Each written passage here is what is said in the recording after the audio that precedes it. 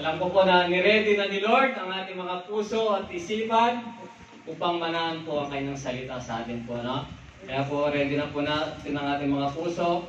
Sabi po sa kanyang salita sa Mateo 4:4, hindi lamang sa tinapay nabubuhay ang tao, kundi sa bawat salitang nagmumula sa bibig ng ating Panginoon po, no? Kaya tinatawagan po na po ang ating buting Pastor Oscar Lab po.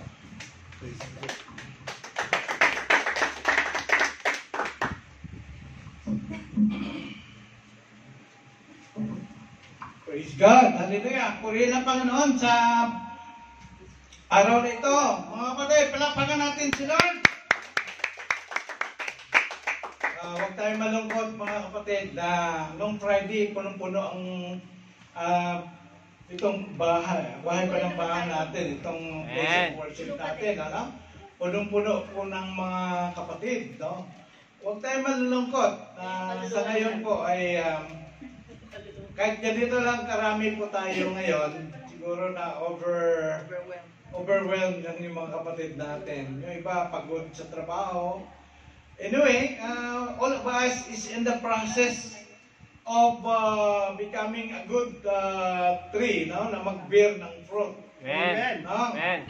So, walang problema sa kahit kunti lang tayo. We believe that the Lord, the Holy Spirit, and the angel of the Lord is here with us. Amen. Amen? Amen. So tayo po ay magpapatuloy sa itong topic na tema natin for this month, which is go forth and multiply. This is about the Great Commission or about evangelism. Sa oras nito mga kapatid, akin muna palang wini-welcome po ang mga kapatid natin na nakakonect sa Zoom, no? Amen. Sa mga family, sa mga loved ones ng ating mga kapatid na narito sa Jeddah. At of course sa lahat ng mga nandito sa ating bahay panambahan. I believe that the Holy Spirit is the one who will speak to each and every one of us today. Amen. So, ang pamagat po ng mensahe ng Panginoon ay witnessing for Jesus Christ. Sabi doon sa book of Acts chapter 1 verse 8, no? Acts chapter 1 verse 8, sabi doon ni Jesus Christ, ito bago siya umakyat sa langit, no? Sabi niya sa mga disipulo niya, but you will receive power when the Holy Spirit comes on you, and you will be my witnesses in Jerusalem, and in Judea, and Samaria, and to the ends of the earth. So ito related doon sa Matthew chapter 28 verse 19. Doon sa utos ng Panginoon to go, no? Na humayo po tayo, no? Go and preach the gospel, no? And make disciples in all nations. So mga kapatid,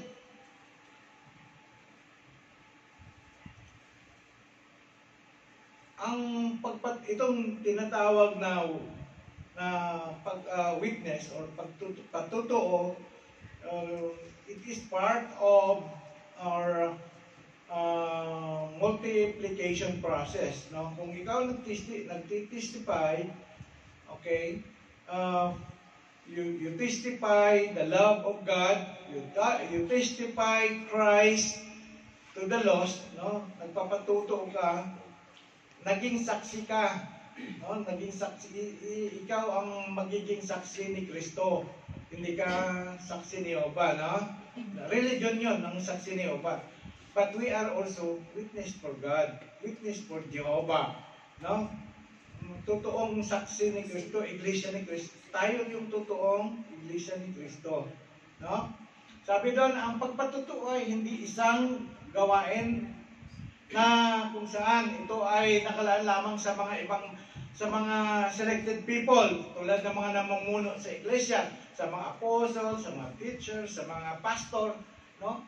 Ito po ay responsibility ng bawat anak ng Diyos. Amen. Lahat po tayo ay inutusan na tayo po ay magiging involved sa pagwi-witness kay Christ. I-share po natin ang magandang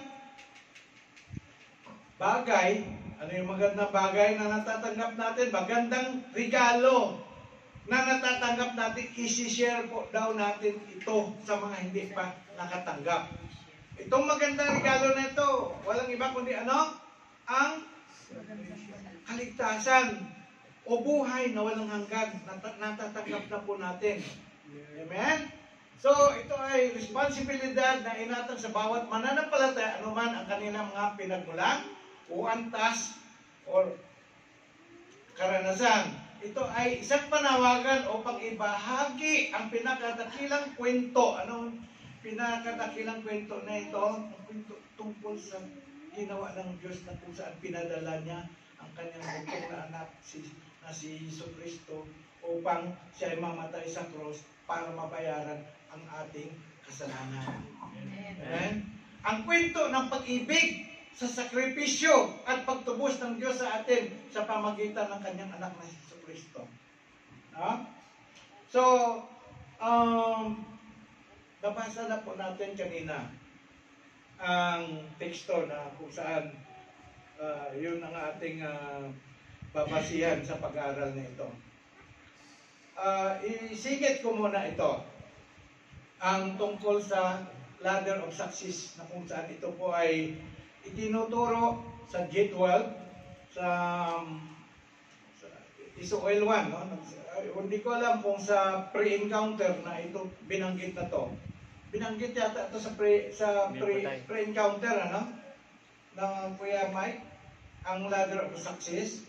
Ito, ipahakan ko lang ito, no? Na kasi our team for this month is about multiplication. So the process of multiplication na ginagawa upang mag-multiply, pwede nating sundin ang or i-adapt itong ginagawa or sinusunod ng mga churches na ina-apply po nila ang G12. No? Government of 12 ang tawag dyan. So, mayroon pong tayong apat na na steps. Okay? May apat na steps. Una po, win. No? Itong win na to, ito yung stage, no? Reaching and winning souls for Jesus Christ by sharing them the gospel. Here we are witnessing Christ to the lost. We testify to them the love, forgiveness, and goodness of God. Dito po tayo pumahayo sa win na nag-i-invite. Yun katulad ng ginawa ni Sister Pebs. No, in-invite niya. I do believe bago niya dinala ang mga na-invite niya, sila ni Sister Joanne, Erica, si Mary Ann, bago niya dinala yung mga yon dito, nagkaroon muna ng testimony. Tama?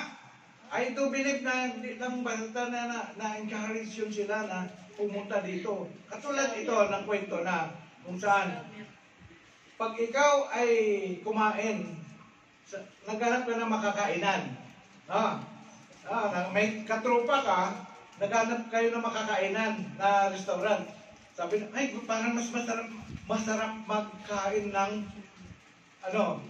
ng spirit. No, diba? Spirit. Ay, kuya, may alam akong restaurant na masarap magluto ng spirit sa Wadspa. Diba? Ay, masarap doon yung malambot yung doon. Yung pata, crispy pata. O tayo, dito na lang tayo. Ay, ang sarap dito. Oo, alam ko yan. Nakakain ako dyan eh. Sabi ni si Ate Cha kasi, nanganak sa kay Sheila, usapan namin pupunta. Dadalawin ko sa Hamra. Pagdating ko doon, wala na. Sabi ko, nak, sa anong kwarto kayo? Ay, tayo, wala na kami dyan. Sabi ko, saan na kayo? Sabi niya, sumunod ka na lang dito sa Wadspa. Ay, sabi ko, talaga, masarap dyan. Sabi ko, masarap ang dyan. Sumunod ako doon. Libre eh. So, ganun mga kapatid. Alam ba, katulad ng gusto ko ng sinigang. Aba, pag sinabing sinigang, may masarap na lugar na kainan ng sinigang doon sa Kaptin. Diba? Yung ganun, no? Diba? Ipabalita mo. Yung magandang, parang ganun din sa ng gospel. Alam mo, ay, napakaganda. Diyan nagsisimula, mga kapatid. We start in our personal testimony. I-testify mo sa mga ini-invite mo. Kahit hindi mo pa masira niya ng salita ng Panginoon, ng gospel, dahil, siyempre, baguhan ka pa lang, hindi mo pa napag-aralan kung paano mag-lay down, mag-present ng gospel, you can use your testimony. Amen. Sabi mo, ay, napakaganda doon, Balasis, Ilonggo. Napakaganda pala doon, nung matino ko, talagang naramdaman ko ang presensya ng Diyos. Napaiyak na ako, di ba? Ganun, ang ganda doon, maganda yung mga narinig ko, mga encouragement doon. That is your testimony. At alam mo, doon ko na tuklasan, doon ko nalaman, di ba? Doon ko nalaman na ganito pala, mahal tayo ng Diyos, mahal ako ng Diyos. Akala ko noon, wala na akong pag-asa dahil sa mga malalaking mga kasalanan na aking mga nagagawa. So that will start from winning. No? Then if you know how to share the gospel, diyan mo ililay down, diyan mo ipipresent sa winning. No? So after winning, you have to go to consolidate. Ito na yung i-encourage natin sila na dumalo sa gawain ng Panginoon. Amen? At dito sila alagaan, sabi nga dito, taking care of the new believer in the same way how parents take care of a newborn baby. Paano mo ilagaan yung anak mong maliit, no? Ito po yung consolidate, no? Okay, during this process, their faith is developed through personal encounter with God. Ang pananampalataya nila mag-increase sa faith gamit by hearing and hearing the word of God. Dito po yun, no? Ma-develop ang faith nila, ang pananalig, trust nila kay Lord. And then, the third steps is what we call discipleship. Itong disciple, no? Ito yung pinapaadalo na natin sila sa mga seminars. Tulad ng Gate 12, Sul 1, Sul 2, Sul 3. Dito po sila tuturuan, no? At dito mayroon din po tayong discipleship program dito. Local discipleship program ng church, katulad ng mga Bible study. No? Cell group Bible study. Yan po ay napakahalaga. It's a discipleship program. Ang Bible study is a discipleship program ng church. Kaya encourage, katulad ng preaching na narinig natin noong last Friday, na hindi lang yung pinatanggap mo ang isang kaluluwa o isang kapatid, no? Pinatanggap mo sa Lord, kailangan may follow-up, kailangan may pag-aalaga, no? Mayroong pag-aalaga. So, yan po, reproducing character of Christ in disciples, and equipping them with the necessary tools so that they can become successful leaders who become fruitful and multiply. So dito, inaalagaan mo yung tanim. Katulad ng nagtanim ka ng manggo, inaalagaan mo kahit anong tanim. Lagyan mo ng abono, fertilizer, no? Sprayhan mo ng mga insecticides hanggang lumaki, hanggang mamunga. At pag siya ay lumaki na, naging matibay na siya, sila ay mamunga. No? At kapag sila ay ready na, yun na yung sending.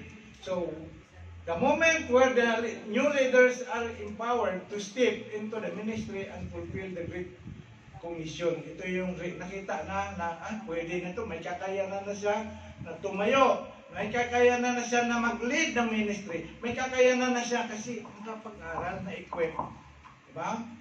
So, bago yan, ano lang to, singit lang to.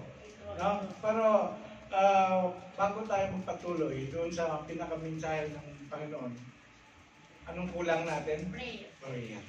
Samanin niyo muna ako sa naikling panalangin. Panginoon, sa oras na ito, O God, Lord, we worship you, O God. We adore you. We magnify your holy name. You are the King of Kings. You are the Lord of Lords, the Alpha and the Omega. I acknowledge, O God, that without you, I am nothing. Lord, tinataas ko, Panginoong Hesus, sa oras nito, ang mensahe na nais mong ituro sa mga anak mo, O God. God, let the Holy Spirit minister to each and every one of us, O God. At kami, Panginoon Lord God, matuto sa nais mong itanim sa aming puso, O God. Lord, I rebuke, Panginoon, the spirit, O God, that does not belong to you, any plans of the enemy to distract us in hearing thy word. Right now, Lord, I rebuke it, O God, in the mighty name of Jesus.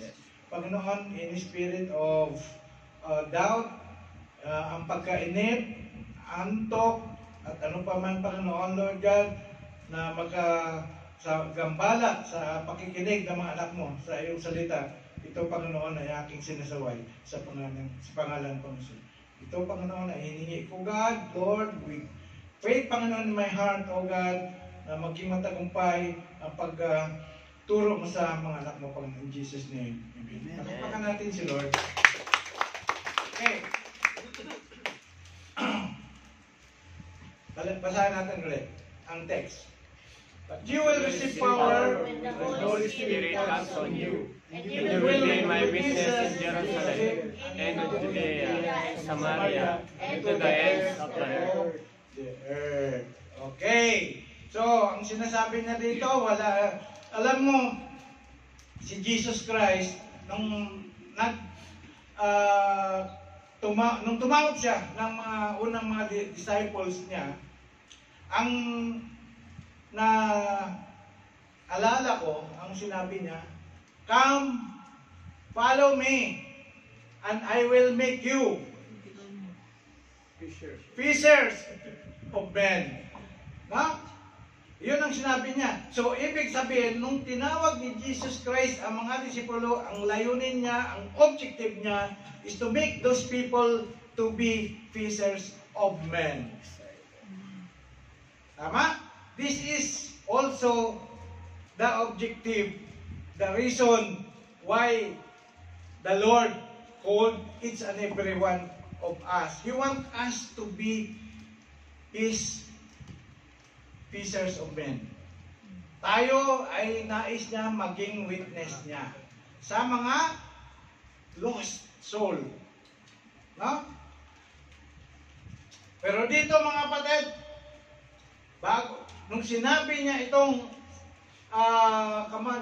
sa mga disipulo sa Acts chapter 1 verse, may magandang sinabi siya dyan. No? Assurance. Sabi niya, but you will receive power. Kayo ay tatanggap ng kapangyarihan.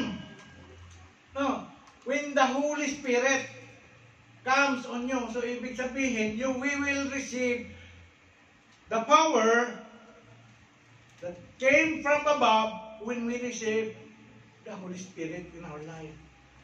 Because doing the things for God, we cannot do it effectively using or by relying in our own ability, knowledge, and effort. Amen. We need the help and the empowerment of the Holy Spirit. Yan po ang prerequisite kung tayo ay nais nating maging witness, magiging effective witness ni Jesus Christ. We need first to have that power. We need to receive that power. And we can receive that power only when we receive the Holy Spirit in our life. Amen. Amen? Mapupuspos muna tayo ng banal na Espiritu. Then there is no hardship for us to share and to witness Christ to the lost. Amen? Amen. Then, mga kapatid, may mga reason kung bakit ang dami-daming mga mananampalataya ay hindi nagawa or na-fulfill ang Great Commission. Or yung yung magbahagi ng gospel o mabuting balita. No? Ito ang mga dahilan ito. Common. Ako may mga tinanong ako doon sa mga kahalubilo ko, no? Sabi ko, ano yung dahilan na bakit hindi nakapag-share ng gospel ang mga Kristiyano? So number 1 is fear, takot, di ba? Takot. Pangalawa, lack of compassion or kawalan ng habag, walang habag sa mga nawawala. Okay, pangatlo, ashamed, nahiya, di ba? Nandiyan yan, nahiya. O, apathy. Yung apathy, ibig sabihin, walang interest, walang pakialam. No? Number 5, ito yung common, pinaka ano, o bakit hindi mo nagawa makipag-share? Anong dahilan? Yan, number 5, hindi ko alam kasi pastor, hindi ako marunong. Which is tama, di ba? Okay. Mamaya, makita ninyo. Bakit ako makulit? Sa teaching, nag-focus ako doon sa salvation because of this purpose. Kasi gusto ko, I'm praying na lahat tayo ay magkaroon ng desire o ihikayatin kayo, i-encourage kayo na matuto mag-share ng gospel. Amen. Para walang rason na hindi ako marunong, hindi ko nakapag-share kasi ako ay hindi marunong. No, mamaya po.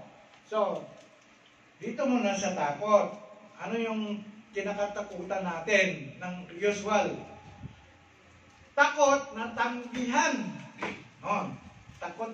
Maraming Kristiyano ang nag-alala na tungkol sa pagtanggi o panlilibak dahil sa kanilang mga paniwala. Baka ipe-persecute sila, no? Baka tatanggihan lang, yung pag-share niya, mauwi sa debate, natatakot, iiwas na.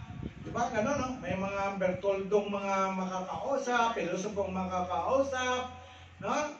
Mga matalinong mga makakausap. Ano ba? Tulad nung nakaraan dito, meron kaming attorney Amado, taga Bin Laden, sekretary nagtatrabaho sa Bin Laden.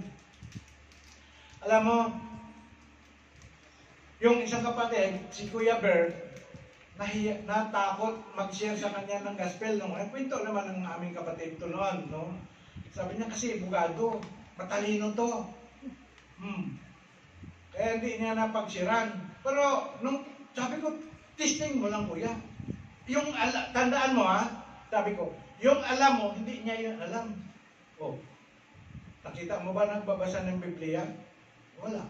O sabi ko, hindi ibig sabihin, mas marami kang alam. No? Kaya kung ako ay nagtuturo ng computer subjects, no? Nag-intention ako noon. Pag nagtuturo ako about medical, siyempre, matakot ako, hindi ako alam yan yung field na yan no? Pero pag patuturuin mo ako ito yung sinabi ng namin noon, huwag kayong mahiya, huwag kayong matakot na magturo kayo kasi yung mga student ninyo, kahit graduate pa yan sila ng commerce, engineering, hindi nila alam yung tinuturo ninyo. Ganon po yung huwag tayo matakot na tayo itanggihan. Amen?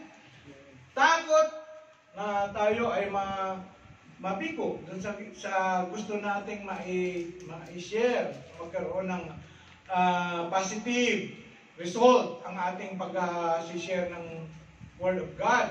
No, ang ilan ay natakot na hindi sapat ang kaalaman. Diba? Totoo naman.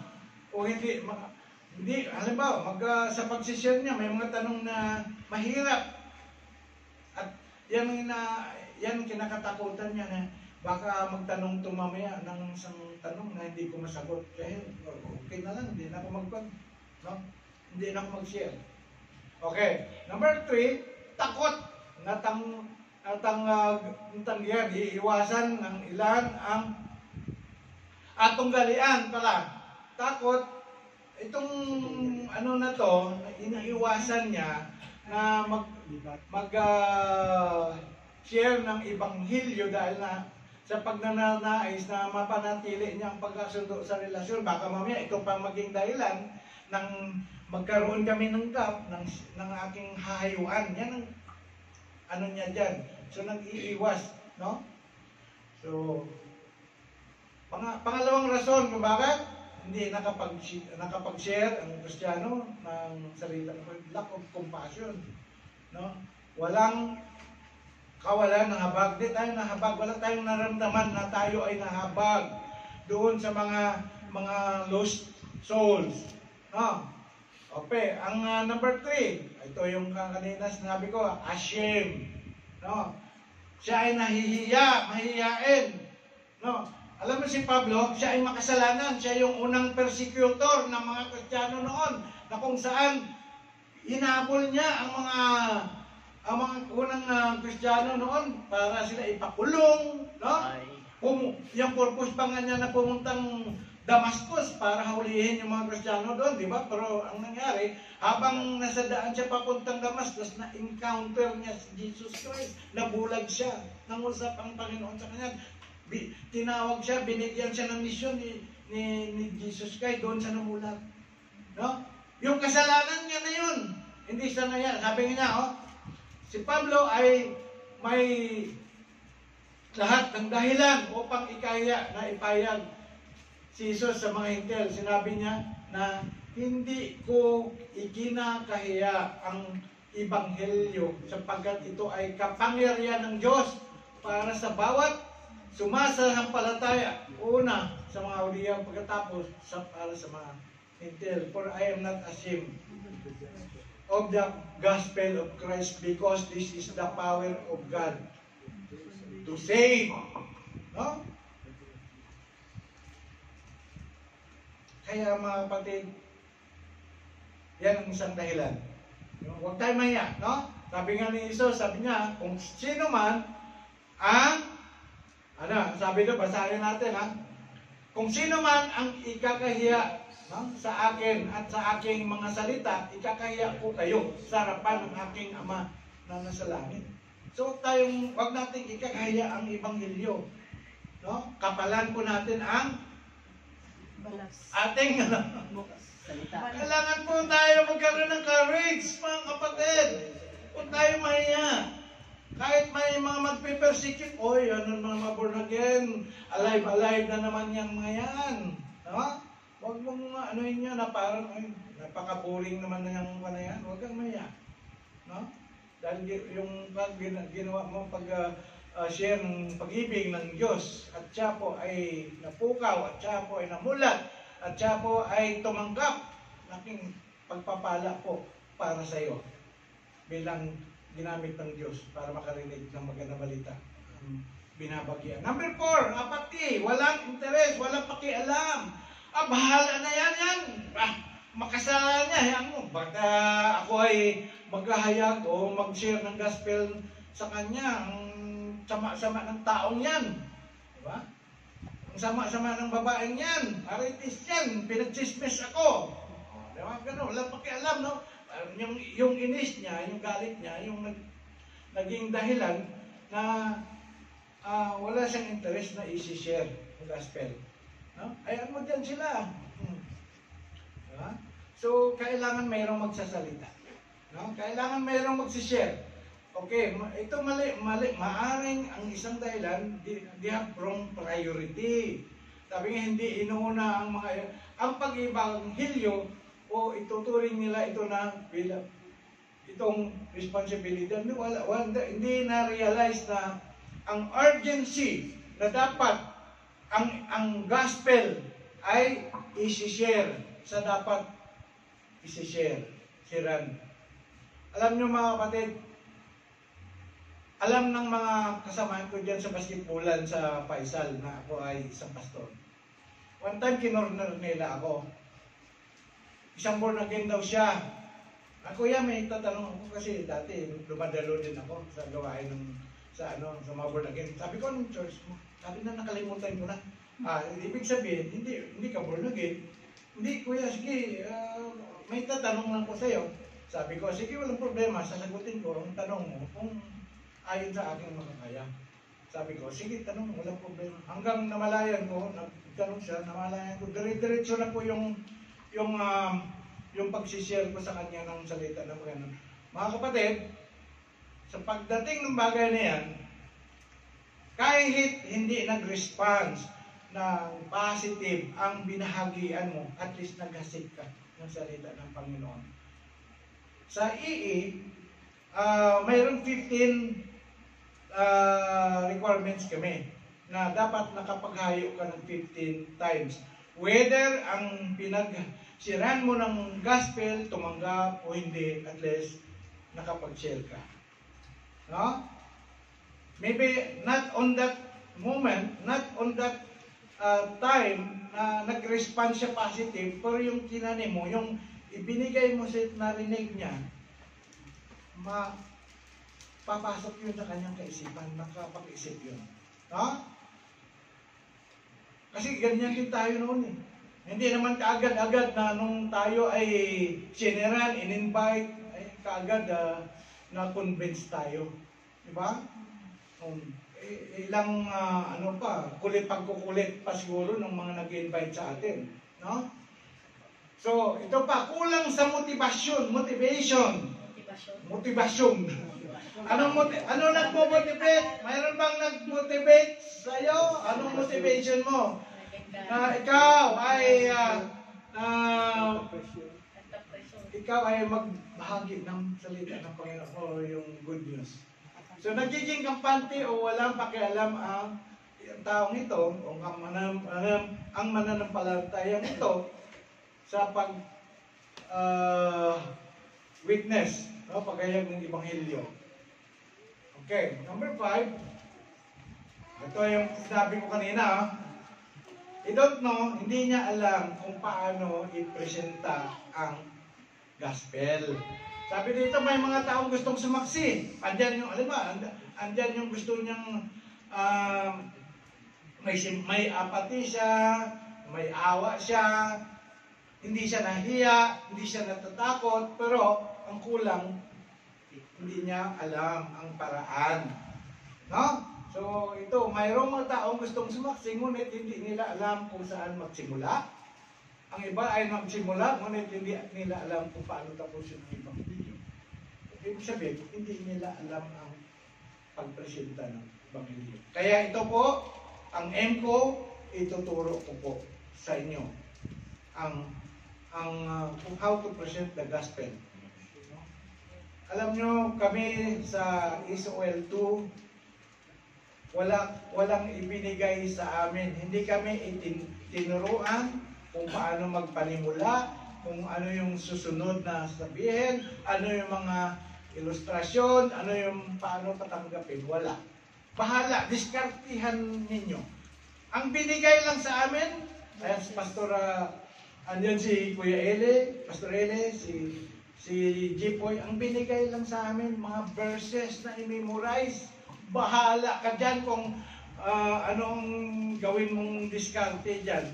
Sa practicum, ito si Kuya Salty din, no? Tapos din to ng practicum. Tapos to sa practicum. Basta, bahala kayo kung ano. Pero dito, ituturuan ko kayo. No? Sa ano natin, magtuturo ako whether kung gagamitin natin yung 4 spiritual laws or yung EE or yung meron pang ang gospel meron pang maraming format, pero pili kayo kung ano yung komportable sa inyo. Amen? Pero ito, for sure, I will introduce the format of evangelism explosion and 4 spiritual laws. Kaya, yung ibibigay ko na mga Bible verses about salvation, please memorize. Ha? Okay. Sa Pilipinas, mga kapatid, ito, why it is important to witness for Christ. Mga kapatid, ang kalagayan ng maraming tao sa mundo ngayon, sa panahon natin ngayon, milyon-milyon na mga tao ang naligaw. Marami ang hindi naniwala sa Diyos. Okay? Marami din ang mga naniwala sa Diyos pero wala silang relasyon sa Diyos. No? Sa kanilang buhay, marami ang namumuhay labag sa kalooban ng Diyos. Walang pagsisisi at patuloy na namumuhay sa kasalanan. Sa Pilipinas, mga kapatid, bakit napakahalaga na tayo matuto kung paano magbahagi ng mabuting balita? Tingnan lang po natin sa bansa pa lang po natin, mga kapatid.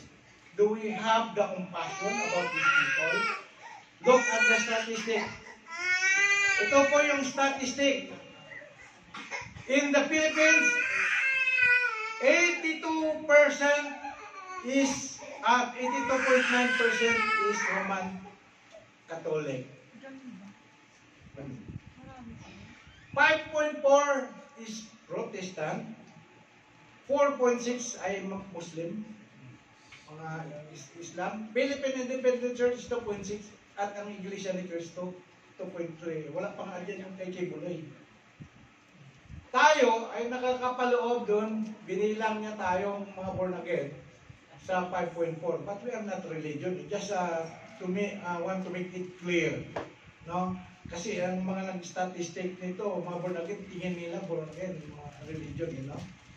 Ay pagpalagay natin, we are under the Protestant. No? Look at 5.4, 82, maraming isda. Marami pang mga unsaved souls. Diba? Marami pang mga unsaved souls. Kaya ito ang dahilan kung bakit dapat tayo matuto magbahagi ng Ebanghelyo. Marami. Sabi nga doon, no, si Jesus Christ ang nagsabi, mga kapatid, Luke chapter 10 verse 2. Anong sinabi ni Jesus? Pakibasa nyo? Mabasa nyo? Pakibasa. Sinabi niya sa kanila, napakarami ng hanin, ngunit kaunti ang maghahanin. Idalangin ninyo sa may-ari ng hanin na magpadala siya ng mga mag-aari. O, sino yung, ano ang problema? Anong problema? Kulang ang mag-harvest. Marami ang dapat aanihin, no? O, sino gustong taga-ani dito? Pakitaas ng kamay ang nagkaroon ng desire na maging taga-ani, manggagawa ni Lord. Pakitaas ang kamay. Opo. Kailangan lahat tayo, mga kapatid, dahil ito, yung utos ni Lord sa Great Commission ay hindi para sa isang tao o ilang tao lamang. Hindi lamang para sa mga pastors, apostles, teachers, elder in the church. This command is for all of us. Halimbawa, mga kapatid, sa daming taong hindi pa naligtas at walang relasyon sa Diyos, paano na lang kaya kung ang iba dyan, mga kapatid, kabilang ang mga kaibigan po natin, kabilang ang mga katrabaho po natin, kabilang ang mga magulang po natin, kabilang ang mga anak po natin, kabilang ang mga mahal natin sa buhay. Pabayaan lang po ba natin sila na ganon? Gusto ba natin na tayo lang makakabaligtas at makakapasok sa kaharian ng Diyos? Sino dito ang gusto na ang lahat ng mahal niya sa buhay ay makapasok sa kaharian ng Diyos? Pakitaas ang kamay. Amen. Oh, ibig sabihin kailangan po tayo magkaroon ng interest, no? Compassion, na dapat maging involved po tayo sa pag-hayag o pag-share o pag-witness kay Christ sa mga taong naligaw.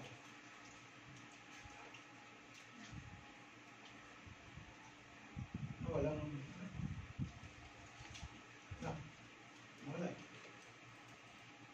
Okay.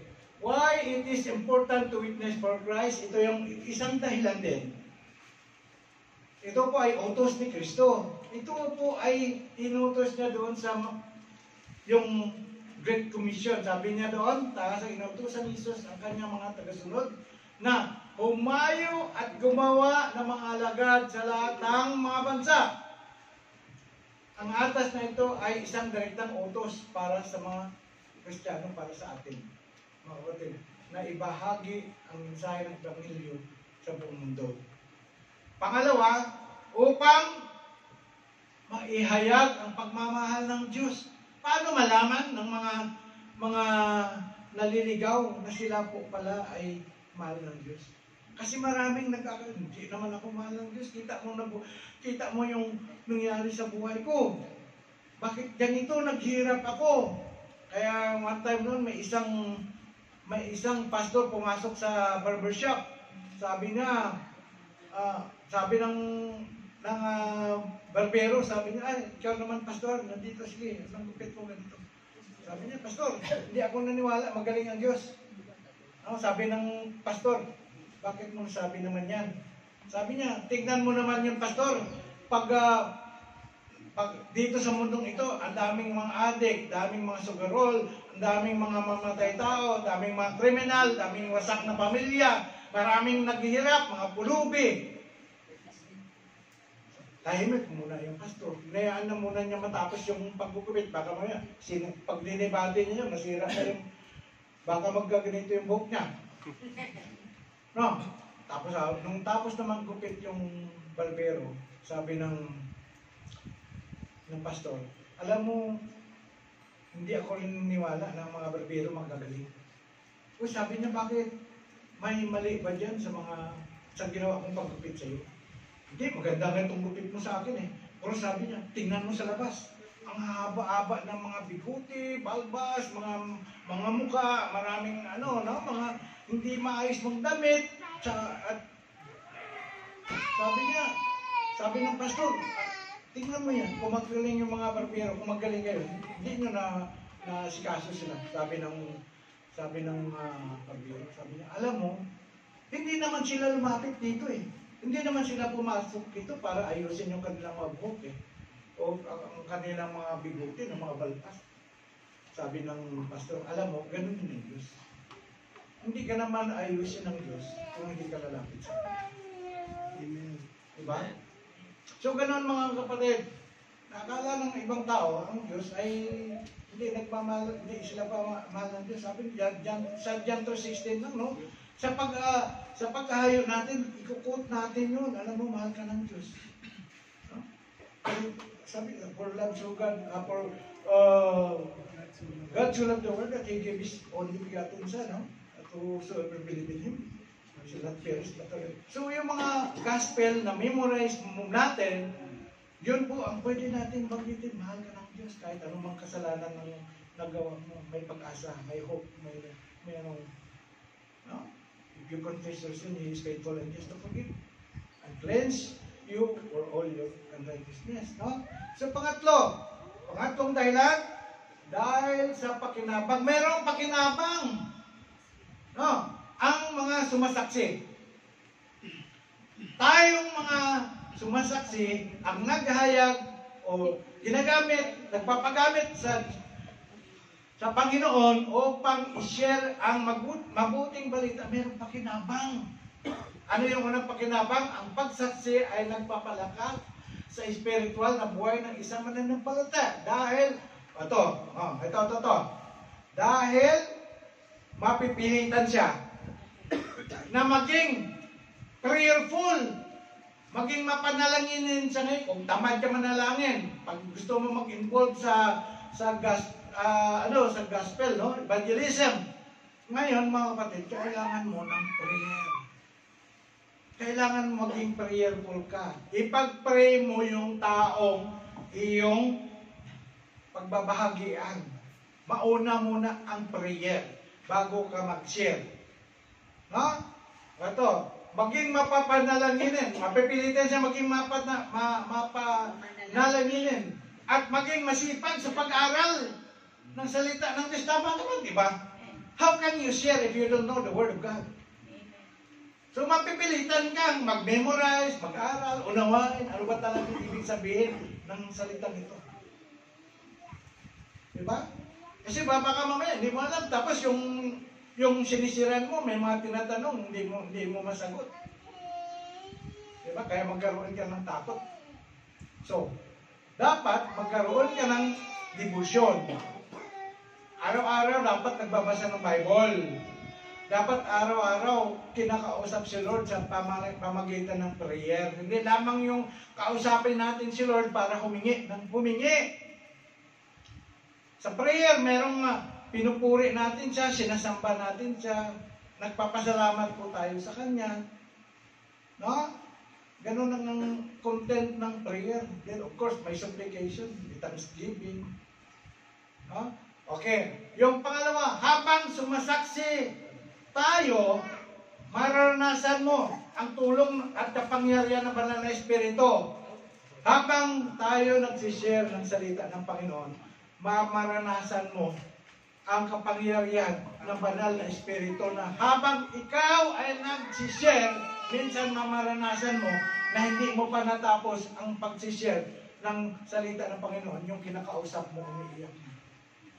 Naranasan ko po yan sa Balad. Practicum namin noon.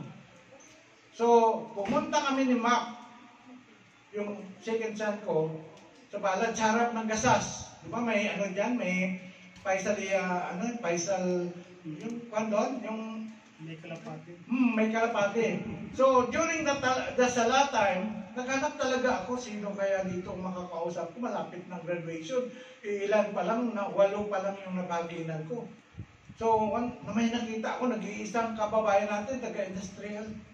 So, nilapitan ko, kinamusta mo na, taga saan ka, saan nagtrabaho, ganun. Hanggang nung nagkaroon na kami ng, sabi ko, Brad, mayroon akong share sa'yo, pwede ba akong makapag-share sa'yo? Yun, nalaman ko, yung hanggang nasimulan ko.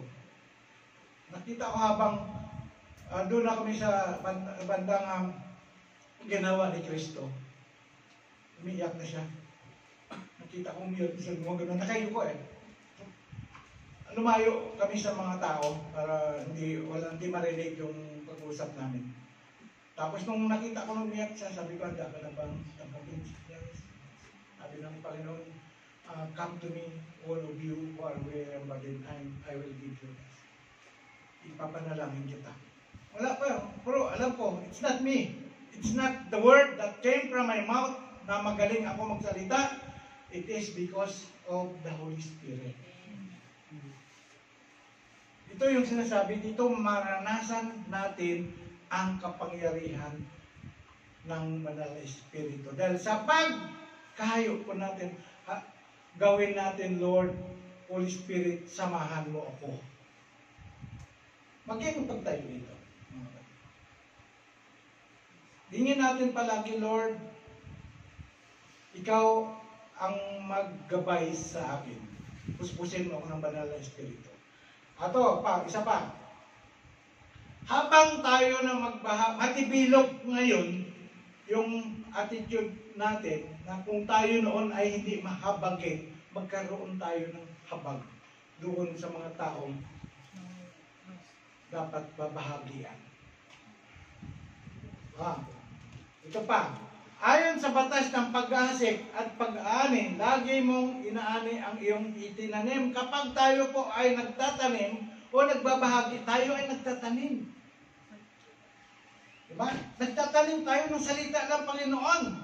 Hinahasik po natin ang salita ng Panginoon doon sa tao na binabahagian natin. Kaya sinabi dito, kung mag-aasik ka ng pag-ibig, aani ka ng pag-ibig, di ba? Kung mag-aasik ka ng kagalakan, gagalakan din ang aanihin mo. At kung mag-aasik ka ng kapayapaan, kapayapaan din ang iyong aanihin. At lagi, ang ani ay mas malaki kaysa binhing. Hinihasik, tama, mali.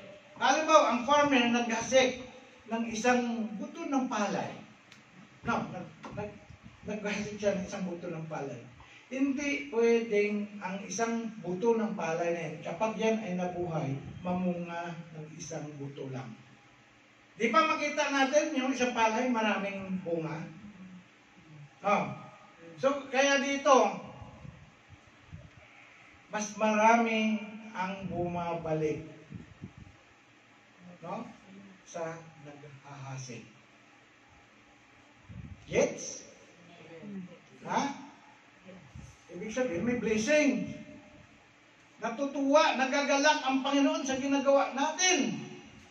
Imagine, sa isang kaluluwa na tumanggap sa Panginoon, ang mga anghel sa langit ay nagbubunyi. Masaya sila sa isang kaluluwa na nagbabalik loob sa Panginoon. Kaya napakasarap po kung tayo ay nagpapagagamit bilang saksi ng Panginoong Jesucristo. No? You delighted yourself in the Lord. Napasaya mo ang Panginoon kung may isang kaluluwa. Because ang value ng isang soul, dapat alam po natin, napakalaki ang value ng isang soul. Sabi nga ni Jesus Christ, what will benefit a man if he gain the riches of the whole world, but his soul will perish? Ano daw ang halaga, no? Kung ang makamtan man ng isang tao ang kayamanan sa mundong ito, pero ang kaluluwa niya ay mapahamak, ay wala rin. Ibig sabihin, mas mahalaga yung ang kaligtasan ng isang tao kaysa kayamanan, mga kapatid. Tama, mali. Amen? O, dapat yan, mga kapatid, na ma-realize po natin yan. See? Pang-apat, wala. Number 4. Okay. Why it is important to witness for Christ? Number 4 reason is maibahagi ang pag-asa para magkaroon ng kaligtasan ang ating binabahagian. Ang pagsaksi ay nag-aalok sa mga tao na pagkakataong marinig ang tungkol sa pag-asa. Yung hope, blessed hope na tinatawag. Blessed hope of our salvation. Okay, sa pamagitan ng pananampalataya kay Jesucristo, nagbibigay ito ng landas para sa mga naliligaw upang makahanap ng katubusan, kapatawaran. John 3:16, no? Di ba? Ito din sa Titus chapter 3 verse 7, sinabi din ni Paul, so that being justified by grace, we might become heirs according to the hope of eternal life. Sa Titus chapter 1 verse 1 and 2, okay, sinabi ni Pablo, mula kay Pablo, isang lingkod ng Diyos at apostol ni Jesucristo, sinugo ako upang patibayin ang mananampalataya ng mga hinirang ng Diyos at upang palawakin, okay, ang kanilang kaalaman tungkol sa katotohanang makapaglapit sa atin sa Diyos at bigyan sila ng pag-asa sa buhay. So when we share the gospel, we give them hope. We tell them, mayroong pag-asa ka, kapatid, na ikaw ay pag-uhin ng Diyos. Ikaw magkaroon ng buhay na walang hanggan. We give them positive. There is no more condemnation to those who are in Christ. We are telling them that when you accept the Lord Jesus Christ, your sin will be forgiven and you will become members of the family of God. Dahil sa mga pakinabang ito, number 5, dahil may mga pakinabang ang mga tumatanggap kay Kristo. Ano yung mga pakinabang na mga tumatanggap kay Kristo? Sila ay magiging anak ng Diyos. Sabi diyon sa John chapter 1 verse 2, they will sila po ay tatanggap o magiging kabahagi ng bilang pamilya ng Diyos.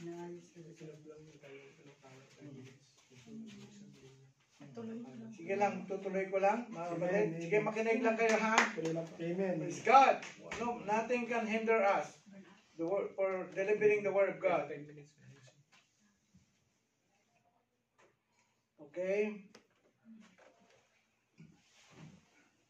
Sa number Sinasabi doon sa number 6, ang pang-anim na dahilan kung bakit kailangan natin mag-witness for Christ, niluluwalhati natin ang Diyos sa pamagitan ng ating pagsaksi. Sa pagbabahagi natin, nagbibigay tayo ng kaluwatian sa Diyos. We are glorifying God. We glorify God through our witnessing for Christ.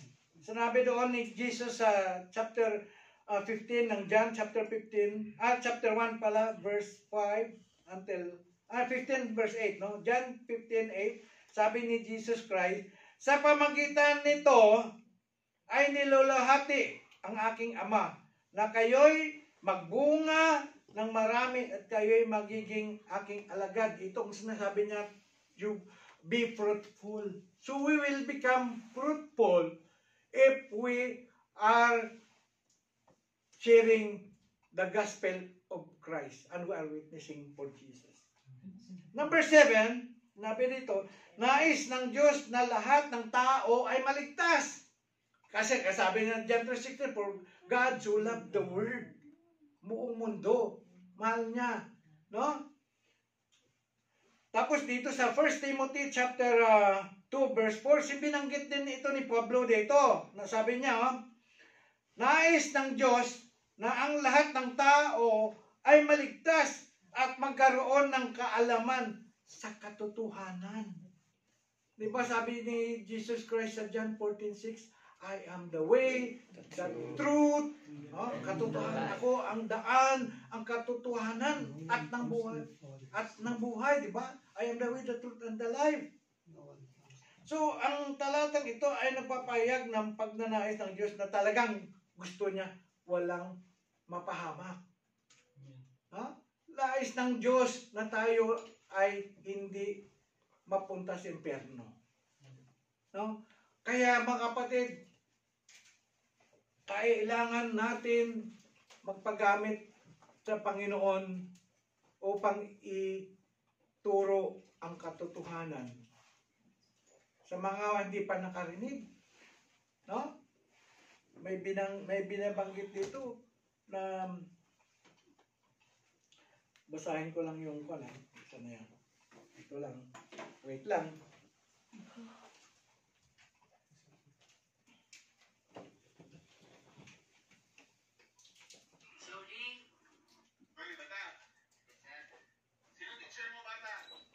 Okay.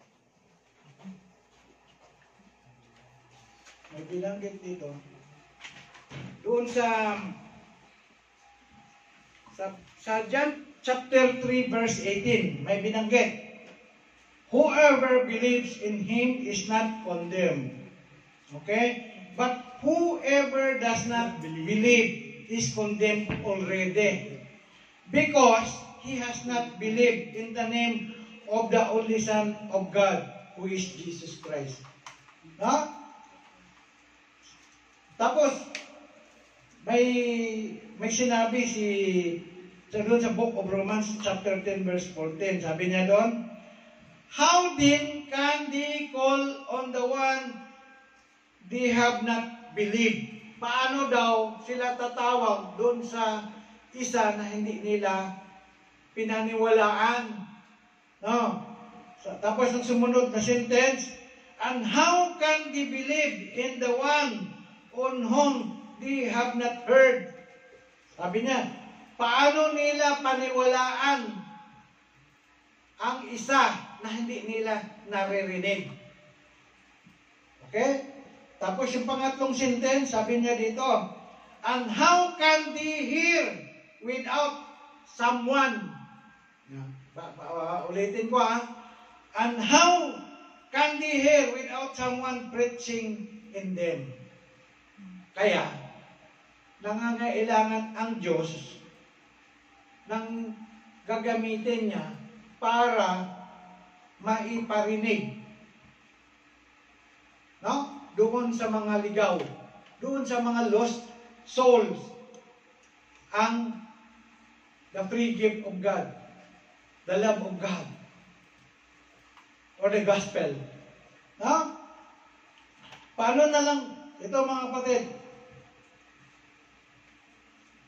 Yun ang binanggit ko kanina, na if God wants all people to be saved, then it is your responsibility, my responsibility, our responsibility to share the gospel to the lost as commanded by Jesus in Matthew chapter 28, verse 19. It is our responsibility.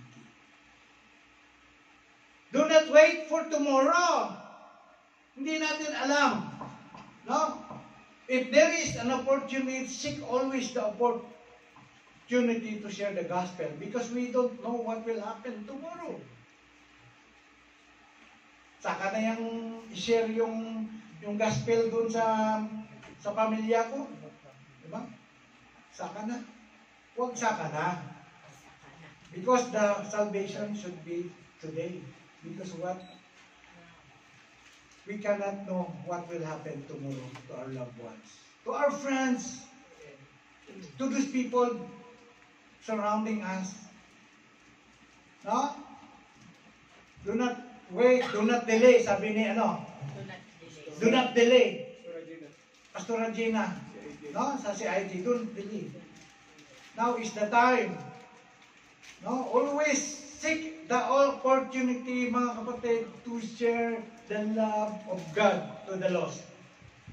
This is my encouragement sa lahat, mga kapatid, na dapat mithiin, dapat pagnanasain natin, dapat sisikapin natin na tayo ay maging kagamit-gamit para sa Panginoon sa paghayag ng mabuting balita. Huwag tayo magiging makasarili na ang natanggap natin free gift, the precious gift from the Lord ay sa atin lang. Dapat po isi-share po natin. Amen? So mga kapatid, maraming tao ang naliligaw, katulad nung binanggit ko kanina sa statistic. No, maraming tao naliligaw. Pero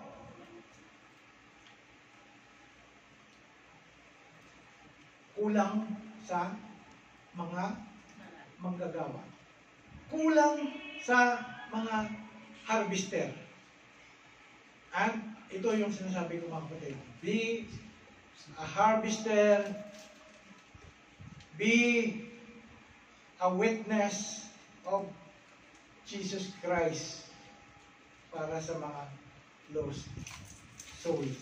At the Lord will be delighted kung ikaw, kung tayo man, ay sundin ang kanyang utos to preach the gospel into the whole world. Isang dahilan din, kailangan natin ituturo o mag-share upang maituro ang tunay na daan. Diba? Ang tinuturo po natin dito, that Jesus is the only way. He is the way, the truth, and the life. John 14:6. Diba? Siya, ako, ang sabi niya doon, ako ang daan at ang katotohanan at ang buhay. Walang makapagparoon sa Ama sa pamagitan, kundi sa pamamagitan ko lamang. At dito sa mundong ito, kailangan po din natin, mga kapatid, ipakita, ituturo sa kanila na dito walang ibang pangalan na ibinigay ang Diyos para maligtas ang tao. Diba sa Acts chapter verse 4 verse 12, ang kaligtasan ay hindi matatagpuan kanino man, sapagkat walang ibang pangalan sa silong ng langit na ibinigay sa mga tao kundi ang pangalan lamang ni Jesucristo. Ha?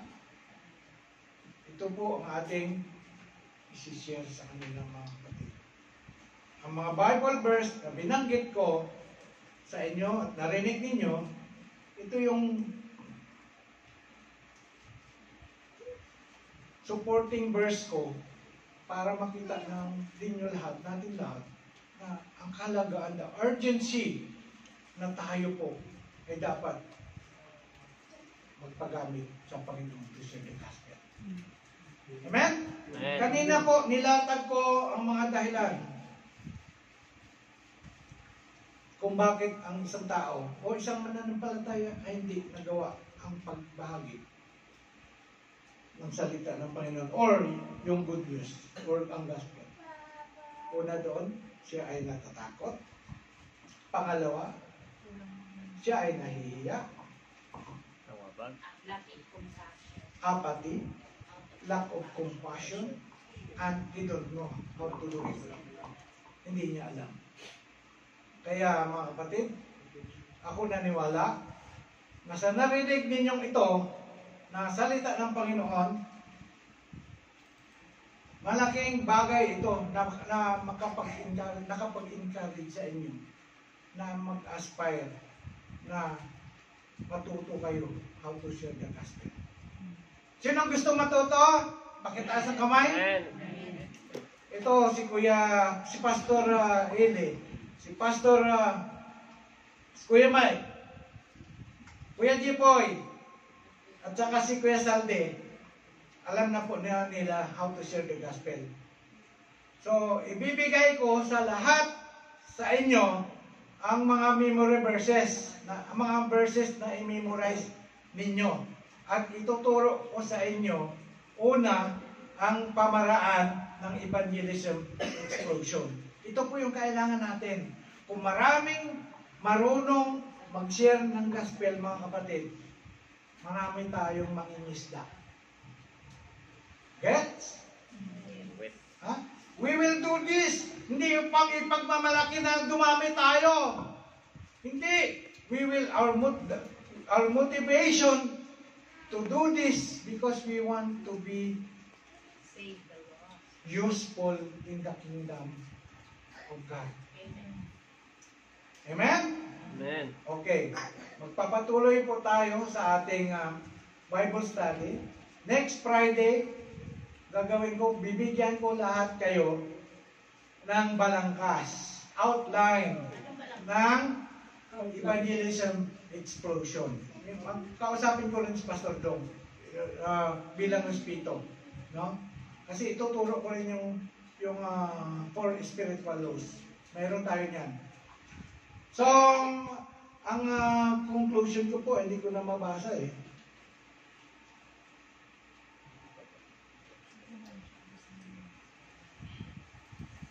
Nawala ka na kasi. Anyway, hanggang dito na lang po ang salita ng Panginoon. Palakpakan natin si Lord! Amen. Siya po ang nagsalita. Hindi ako mga kapatid. No? Si Lord ang nag-glorify. No? At ako naniwala mga kapatid na mayroon kayong napupulot sa mensahe ng Panginoon. Amen? Amen. Okay, magtatanong ako kasi teacher mode ako mag-preach eh. Hindi yung sermon talaga. Bigyan ninyo ako ng isang dahilan kung bakit hindi makapag-share ang Kristiyano. Sige, yung naranasan. O, takot. Si ate. Apate. Ano ibig sabihin ng apate? Walang interes.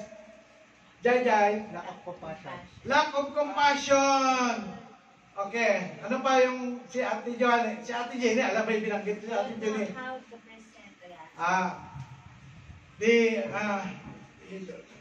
Walang kaalaman kung paano i-presenta ang gospel. Si Kuya Salde meron eh. Kulang sa Ashamed. For I am not ashamed. For I am not ashamed. Yan usual na mga obstacle. Hindrance. Kung bakit ang isang mananampalataya ay hindi nagawa ng makapagbahagi ng salita ng Panginoon. Mayroon pa isa eh. May pang-anim pa eh. Anong naisip nyo? Kata? Oh! Laziness! Katam. I am lazy. Katam. Diba? Katam. Oh, mayroon pala yung pang-anim, ano? Ano? Sige, ano pa isa? Wala na. Okay. Ano yung naalala nyo na isang puntos na kung bakit kailangan natin mag-share ng gospel.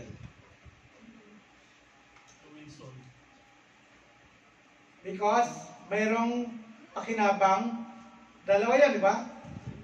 Mayroong pakinabang ang naghasik, nagsasaksi. Mayroong pakinabang din ang hinahasikan.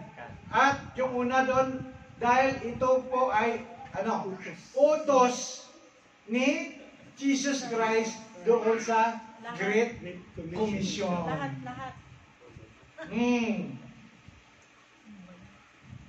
Sige, ipopost ko to sa ating chat group at hingin ko po na ang mga kapatid na wala pa sa PCF IMJ paki-add na lang ninyo, no? Para mabasa nila po yun. Okay? So tayo po ay tumayo at tayo manalangin sa Amen. Hallelujah! Panginoon, sa oras na ito, maraming salamat, Banal na Espiritu, na ikaw ang nagsalita sa iyong mga anak. Sinisiluhan ko ang lahat ng mga salita, Lord, na kanilang narinig sa pamagitan ng dugo ng aming Panginoon Hesus. Ano mang gawing pagnanakaw ng kalaban upang makalimutan nila ang kanilang napakinggan sa araw na ito. Lord, ito ay hindi maging matagumpay, Panginoon, dahil Lord, ikaw, Panginoon, Lord, ang magpaalala sa kanila. I-bless mo ang lahat ng mga kapatid ko narito. This is our desire. This is the Lord, itong namuo sa puso namin, Lord, na ang lahat ng mga anak mo, Panginoon, ay ma-equip, Panginoon, in sharing the gospel, Panginoon. So we pray that, Lord, onward, O God, we will continue, O God, to train your children, Lord, and equip them with the materials, Lord, that we have, na pwede nilang gamitin, Lord, sa pagbabahagi ng iyong salita, Panginoon. Maraming salamat, Panginoon. Ito hiningi ko, O God, sa pangalan ng Ama, at ng Anak, at ng Diyos na Espiritu Santo. Ito ang aming dalag. Lahat ng anak ng Diyos ay magsabi ng Amen. Additional, bibigyan ko kayo ng sample format ng testimony. Sample format ng testimony. Tapos, ibuuin nyo, gawin nyo yung testimony ninyo, isubmit ninyo sa akin. Ako lang makabasa nun, ha? Para hindi kayo mahiya. Hindi yun ipapakita sa iba. Pero bibigyan ko kayo ng format kasi iyon ay gagamitin ninyo kung kayo ay mag-share ng gospel. Amen? Amen. Praise God. Glory to God.